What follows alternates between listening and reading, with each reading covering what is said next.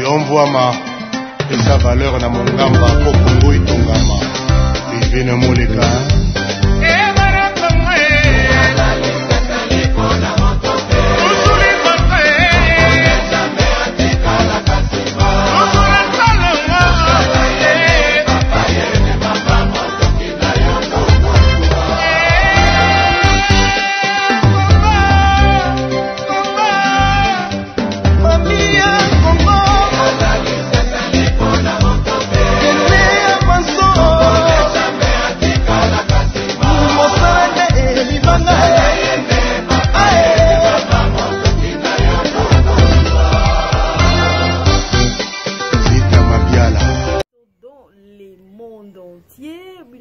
branché la chaîne YouTube Marie-Nonzebo TV. Merci na confiance au bozo tikate chaque jour toujours augmenter ba abonné. Merci na bino parce que bozo on a pour nous soutenir biso. Merci na pava o azo soit biso na une image. Merci na ye parce que chaque fois azo permet azo pesa biso temps. Merci. Merci na bino pe o bolanda biso na ba téléphone na bino, bolanda biso na ba ordinateur na bino, bolanda biso na ba TV na bino minene TV ba tebele bobandi bolanda.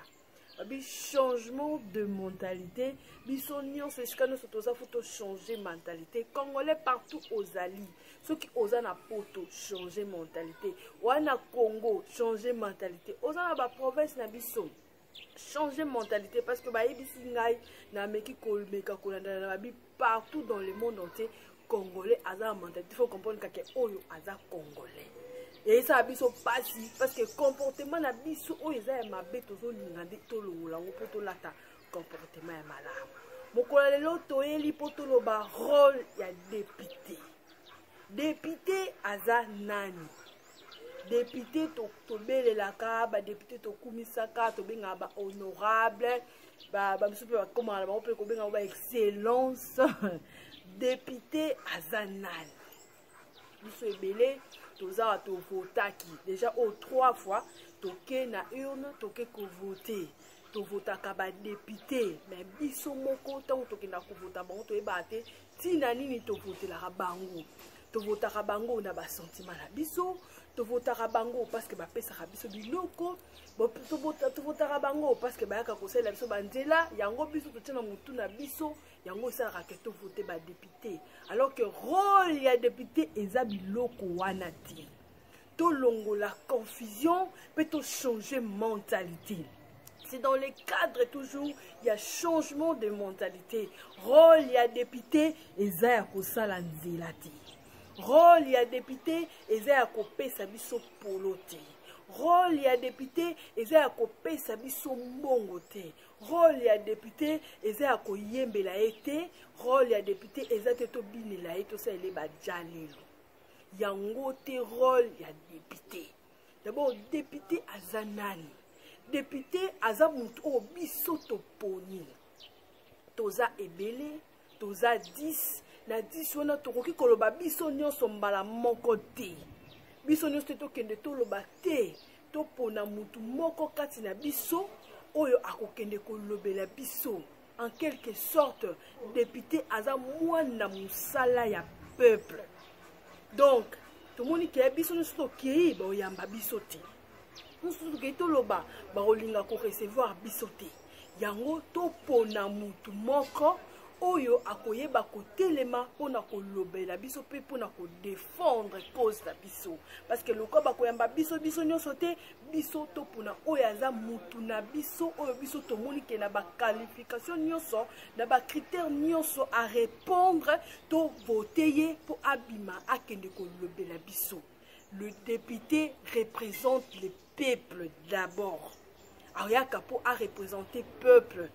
Peuple oyo ana ba problème ebele,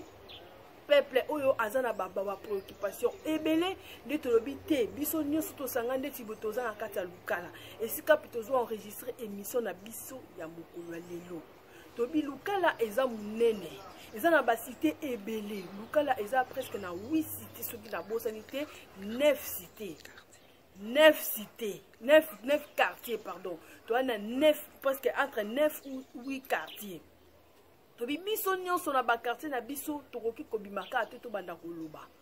tobimate yango esenga toluka mutu moko oyo akobanda kotelema mpona kodefendre cause ya lukala na bakartier na biso nyonso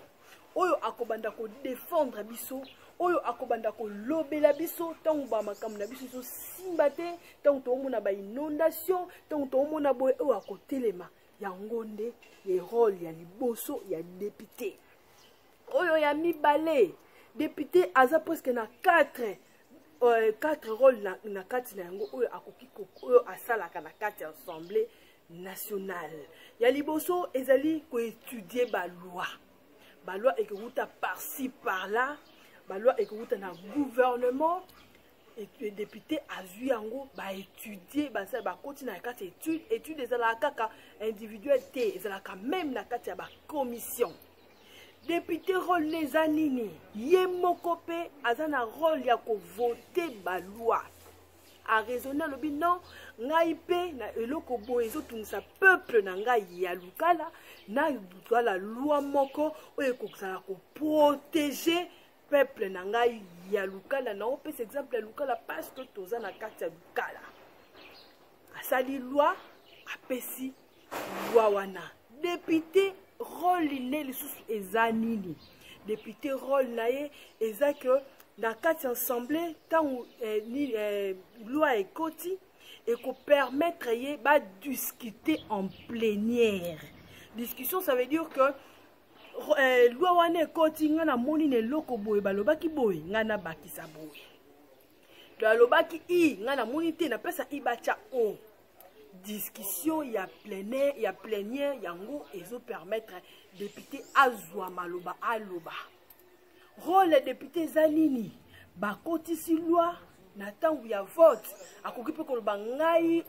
loi oyo nalingi yango te ngai mibeko oyo nasepeli nango te akoki koloba oui soit akoki koloba non tomoni rôle ya député ya suka po tochute tokoka koyebisa bino makambo mosusu oyo tosalaka ezalaka à la contre ya baprincipe na biso changement de mentalité ezotala biso nyonso changement de mentalité ezotala mwana mokie ezotala motu oyo alandi mpe oyo aza mokolo go ya suka ndenge nalobaki ya suka eza contrôle parlementaire ça veut dire que député aza wana mpona kocontrôler gouvernement amoni ke ye gouvernement na budget na ye atiaki par exemple bainondation na lukala mais azozela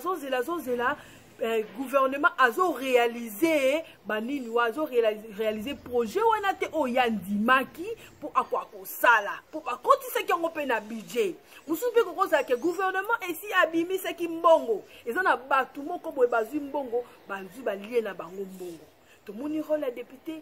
biso lelo ekoma soki tomoni député tobandi koyembela ye banzembo tobandi kobinela ye tobandi kobetela ye maboko asala bien ou pas tobetele maboko tobinela ye toloba ne umela du moment où kati na ye eloko moko malongo asali te kati na ye azodefendre bacause na biso te kati na ye au contraire soki akomi bongo akimi kutu kwa kokuta na yo peuple oyo votaki ye mais yo ozoyembele bajale mpona nini apesaki yo polo mpona nini asombelaka yo mapa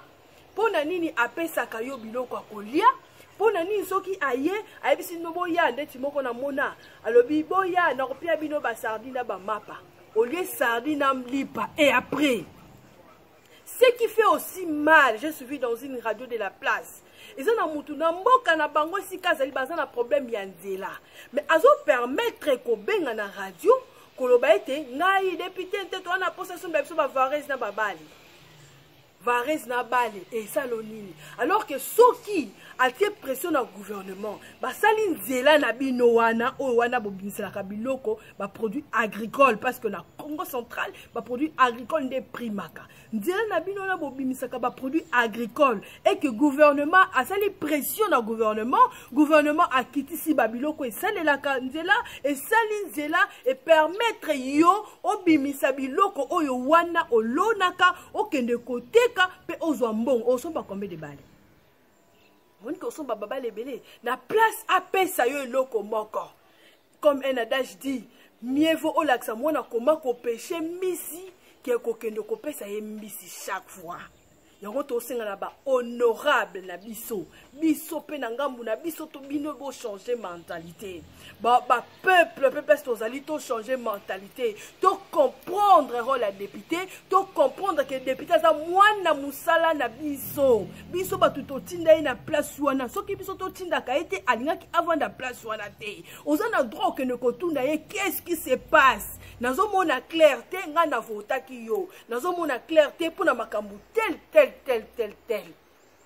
et ça te question to monier abengi biso na ba matinée politique abengi biso na ba manifestation akabole libiso ba jito lobi yende awumela parce que to ebi na mboka na biso corruption komi nango makasi et loko nyonso mutu nyonso e komi na même na bana mikie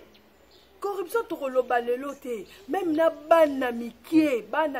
bazo sala balinka ba voter président na kati ya école primaire mwana moko aye abimisi ba gâteau apesi baninga muninga lobi nga na linga kina voter na nga intel mais lokola intel apesaki nga ba gâteau yango moni na votaki o apesaki nga ba gâteau tout mona pesi mboka ezokende bana mike ba 6 ans 7 ans suka na bango eskuza ba 10 ans mais ba komi koyeba ke pona ba voter ngai il faut na pesa quelque chose changement de mentalité ezo concerner yo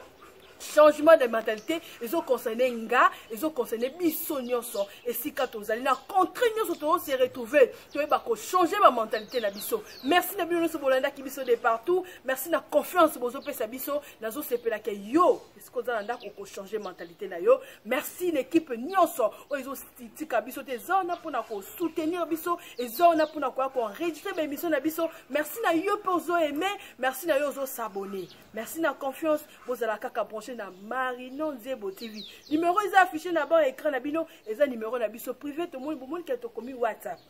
Olingo contacter biso, o komeli biso na numéro wana, to na ba plateforme nyonso, to na page na biso ya Facebook, pe to na Instagram na biso kaka na kombo na nga kaka wana Marino Nzebo, wana eza kombo na nga moko personnel. To ngamboka yo nanga.